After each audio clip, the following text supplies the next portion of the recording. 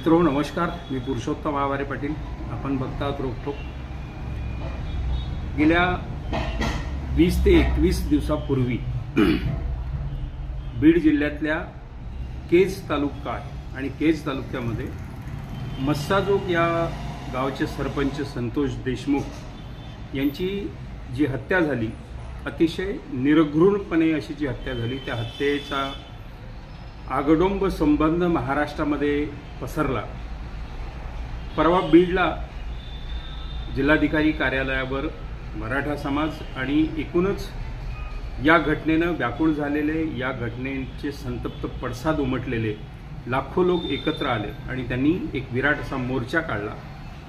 8 ते 10 लाखांवर लोक या मोर्चामध्ये सहभागी होते आणि सगळ्यांनी अशी मागणी केली की या मस्साजोगचे सरपंच संतोष देशमुख यांच्या खुनाचे आरोपी, त्याचा प्रमुख सूत्रधार वाल्मिक कराड याचं नाव घेतलं जातं आणि या संबंध लोकांना पाठीशी घालणारे महायुती सरकारमध्ये असणारे मंत्री धनंजय मुंडे यांच्यावर सर्वांचा रोष होता आणि त्या रोषातून असं व्यक्त झालं, सरकारवर प्रचंड दबाव आला आणि या दबावातून काल या घटनेचा सूत्रधार वाल्मिक कराड हा पुण्याला पोलिसांना शरण आला.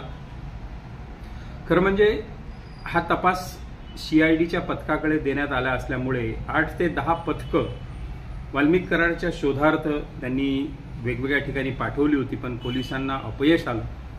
पुण्यातच असणारा वाल्मिक कराड पोलिसांच्या 12 पथकांना गुंगारा देत शेवटी स्वतः पाषाण रोड पोलिसांना तिथे शरण आला. अर्थात त्यांनी जी सफाई दिली की या प्रकरणी माझा काही दोष नाही, त्याच्यावर केज पोलीस स्टेशनमध्ये खंडणीचा जो गुन्हा दाखल झाला त्या गुन्ह्यात सुद्धा मला गोवण्यात आलं, अशा पद्धतीचा बचाव वाल्मिक कराड यांनी केला. अर्थात सर्व आरोपी असतील, गुन्हेगार असतील, हे सुरुवातीला काही एखादा गुन्हा मी केला असं सांगत नाही.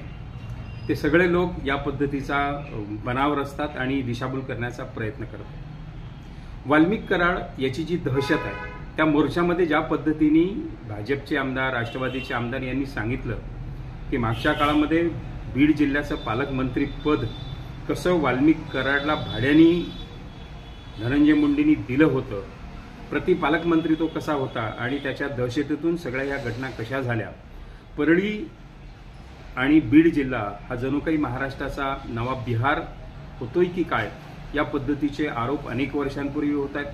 परंतु गेल्या काही वर्षांमध्ये जे खून घडले, ज्या ठिकाणी ज्या पद्धतीने तिथे दहशत माजवली गेली, एकट्या बीड जिल्ह्यात 1200 ते 1500 पिस्तुलीचे जे परवाना दिले गेले, लायसन्स दिले गेले, त्याच्यातून मग सोशल मीडियावर पिस्तुलाचे बार उडवणं, पिस्तूल दाखवत खंडण्या गोळा करणं, ह्याचे सगळे प्रकार सुरू झाले.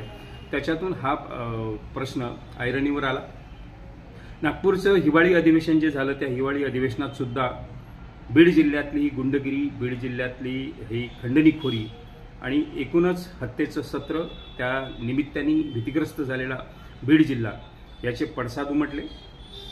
मस्साजोगचे सरपंच संतोष देशमुख यांचा ज्या अमानुष पद्धतीनं खून करण्यात आला, त्याची चीड सर्वसामान्य जनतेला होती आहे. बीडच्या मोर्चाने ते दाखवून दिलं.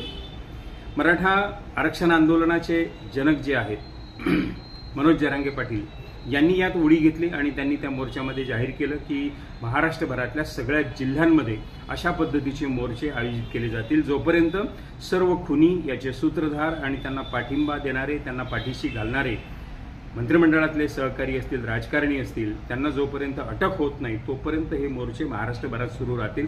या पद्धतीचं एक वातावरण बीड जिल्ह्यामध्ये निर्माण झालेलं आहे. ज्येष्ठ सामाजिक कार्यकर्त्या अंजली दमानिया यांनी सुद्धा बीडच्या जिल्हाधिकारी कार्यालयावर ठिय्या मांडलेला आहे. गेल्या 3 दिवसापासून वाल्मिक कराडला अटक करणे आणि धनंजय मुंडेंना मंत्रिमंडळातून बाहेर काढणे, हाकलणे, त्यांचा राजीनामा घेणे, या 2च मागण्या घेऊन अंजली दमानिया बीडच्या जिल्हाधिकारी कार्यालयासमोर ठिय्या मांडून बसलेल्या आहेत. अर्थात महाराष्ट्रामध्ये हे जे काही वातावरण निर्माण झालेलं आहे, देवेंद्र फडणवीसांच्या नेतृत्वात महायुतीला प्रचंड असं यश प्राप्त झाल्यानंतर ज्या पद्धतीने ही माणसं मोकळी सुटली आणि सर्वसामान्य माणसांच्या जीवावर उठली, ते फार घातक आहे. महाराष्ट्राचा बिहार होऊ नये असं ज्यांना ज्यांना वाटते त्या सगळ्यांनी या आंदोलनामध्ये सहभागी झालं पाहिजे.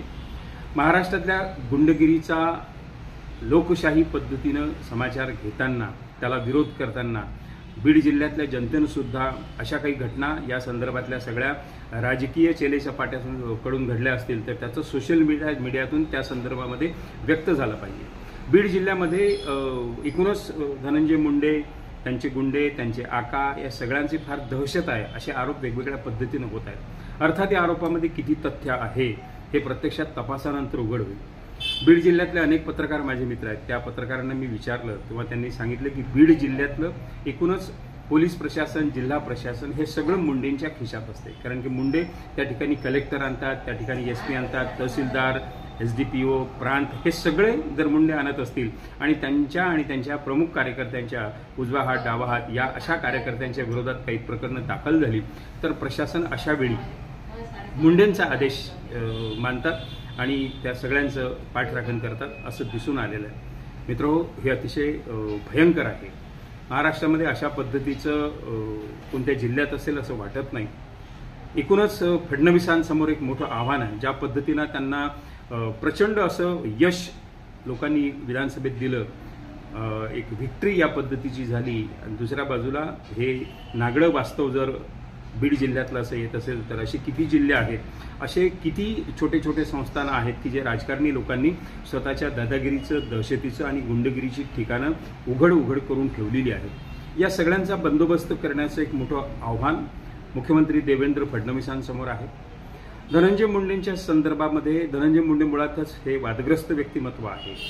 याच्या आधी करुणा मुंडेंच्या प्रकरणामध्ये त्यांनी ज्या पद्धतीने राष्ट्रवादी काँग्रेसची त्यांच्यामुळे बदनामी झाली, आता पुन्हा अजितदादांसमोर सुद्धा हा नामुष्कीचा प्रसंग आहे. अर्थात अजितदादा या संदर्भात काय निर्णय घेतात, धनंजय मुंडेंना या प्रकरणाची चौकशी होईपर्यंत त्यांचा राजीनामा घेतात की त्यांना पाठीशी घालतात.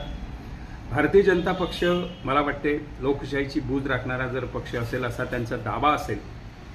त्यांचे प्रदेशाध्यक्ष चंद्रशेखर बावनकुळे यांनीही सांगितलेलं आहे की जे काही होईल कोणालाही पाठीशी घातलं जाणार नाही. मुख्यमंत्री देवेंद्र फडणवीस वारंवार त्याच पद्धतीचं वक्तव्य करतायत की या प्रकरणी कुणालाही पाठीशी घातलं जाणार नाही. जे काही दोषी असतील, मराठवाड्यामध्ये प्रामुख्यानं ह्या घटना घडत आहेत, ज्या सगळ्या घटनांचे मास्टरमाइंड असतील, त्याचे पाठीराखे असतील, लोकांना लोकशाहीच्या मार्गाचा आधार घेऊन हुकुमशाही करणारे फॅसिस्ट प्रवृत्तीची जी माणसं असतील, ज्यांनी महाराष्ट्रामध्ये आणि वेगवेगळ्या तालुक्यामध्ये, जिल्ह्यामध्ये छोटी छोटी संस्थानं स्वतःची उभी केलेली आहेत, अशा सगळ्या माणसांचा, अशा सगळ्या गुंडापुंडांचा बंदोबस्त करण्याचं मोठं आव्हान देवेंद्र फडणवीसांसमोर आहे. ते येणाऱ्या काळात कसं पेलतात हे आपल्याला बघायला निश्चितच आवडेल. ते उत्सुक्याचं प्रत्येकासाठी आहे. मित्रो, आतापर्यंत एवढंच. हा व्हिडिओ आवडला असेल तर निश्चित रोकठोक या चॅनलला सबस्क्राईब करा आणि या व्हिडिओला लाईक आणि शेअर सुद्धा करा.